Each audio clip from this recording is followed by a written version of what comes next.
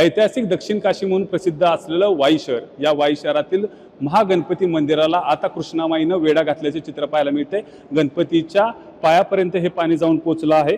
धोम धरणातून तब्बल 7,000 क्युसेक पाण्याचा विसर्ग कृष्णा नदी पात्रात करण्यात आला आहे। त्यामुळे कृष्णा नदीचं पात्र हे झपाट्यानं वाढलं आहे। संपूर्ण मंदिर परिसराला कृष्णामाईनं आता वेढा घातला आहे। पूर्ण पूर परिस्थिती या ठिकाणी आल्याचं देखील चित्र पाहायला मिळते।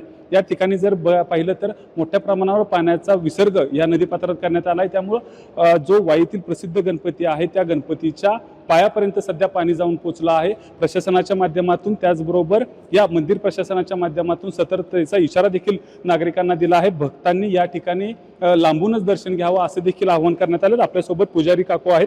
काकू, काय सांगाल, आत्ताची परिस्थिती काय आहे?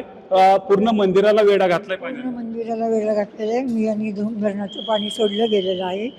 वेढा पडून गणपतीच्या पायाला पाणी लागलेलं आहे। आता कृष्णा गंगा स्नान गणपतीला झालेलं आहे। एवढ्यात आरती पण केलेली आहे। आता इथून पुढे मंदिरात आम्हाला धोका असल्यामुळे बंद करावं लागेल। भक्तांनी नाराज होऊ नये। एकंदरीत जर पाहिलं तर किती वर्षानंतर हा वेढा पडलाय? गेल्या काही महिन्यामध्ये मोठा मुसळधार पाऊस झाला, मात्र पूर परिस्थिती आली होती का? आणि अशी परिस्थिती आली होती का? आता एवढा पाऊस इतक्या दिवस चाललाय, पण असं पूर्व आत्ताची जी परिस्थिती आहे ती कधी आली नव्हती। आत्ता पहिल्यांदा असं झालेलं आहे आणि हा महापूरच आता निर्माण झालेला आहे। त्यामुळे भाविकांनी मनाला दुःख मानून घेऊ नका, प्रवेश नाही म्हणून। एकंदरीत जर पाहिलं तर आता सध्या गुडघ्यापर्यंत माझ्या पाणी पोहोचलंय, गणपतीच्या पायापर्यंत पाणी आलं आहे।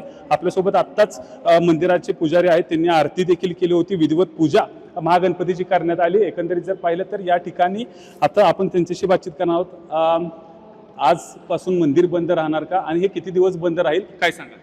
जोपर्यंत पाण्याचा उतार कमी होत नाही तोपर्यंत हे मंदिर बंदच राहणार। आणि आता गणपतीच्या पायापर्यंत पाणी पोहोचलंय, पण जर इथेपर्यंत पाणी आलं गणपतीच्या तर बंदच राहणार मंदिर।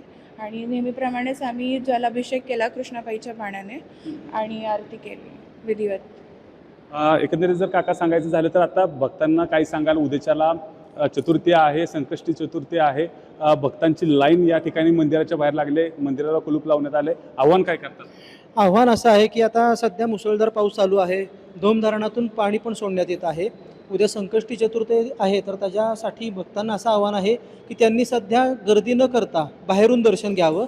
जर पाणी वाढलं तर त्यांनी घरून दर्शन घ्यावं, पण असंच पाणी जर राहिलं तर भक्तांनी बाहेरून दर्शन घ्यावं, गर्दी करू नये। आणि पाणी जर कमी झालं तर मंदिर उघडण्यात येईल, जर नाही झालं तर मंदिर तोपर्यंत बंद ठेवण्यात येईल। एकंदरीत जर पाहिलं तर मंदिरासह संपूर्ण गाभाऱ्यामध्ये आता सध्या पाणी हे गेलं आहे। मोठ्या प्रमाणावर पाण्याचा विसर्ग कृष्णामाईमध्ये करण्यात आला आहे। त्यामुळे मोठ्या संख्येनं या ठिकाणी जी भक्तांची रांग या ठिकाणी दर्शनासाठी होत आहे, त्यांना दर्शन अद्याप मिळत नाही आहे। मंदिर प्रशासनाच्या माध्यमातून हे मंदिराला सध्या कुलूप लावण्यात आलं आहे। जी नागरिक आहेत, भक्त आहेत, त्यांच्या सुरक्षिततेसाठी ही खबरदारी देखील मंदिर प्रशासन घेताना आपल्याला पाहायला मिळते। सध्या महागणपतीला पाण्याचा वेढा पडलाय, त्याचबरोबर मंदिराला देखील वेढा पडल्याचे चित्र या ठिकाणी पाहायला मिळतंय। कॅमेरामन विश्वजित सह वैभव बोडके, एबीपी माझा, वाई, सातारा। एबीपी माझा, उघडा डोळे बघा नीट।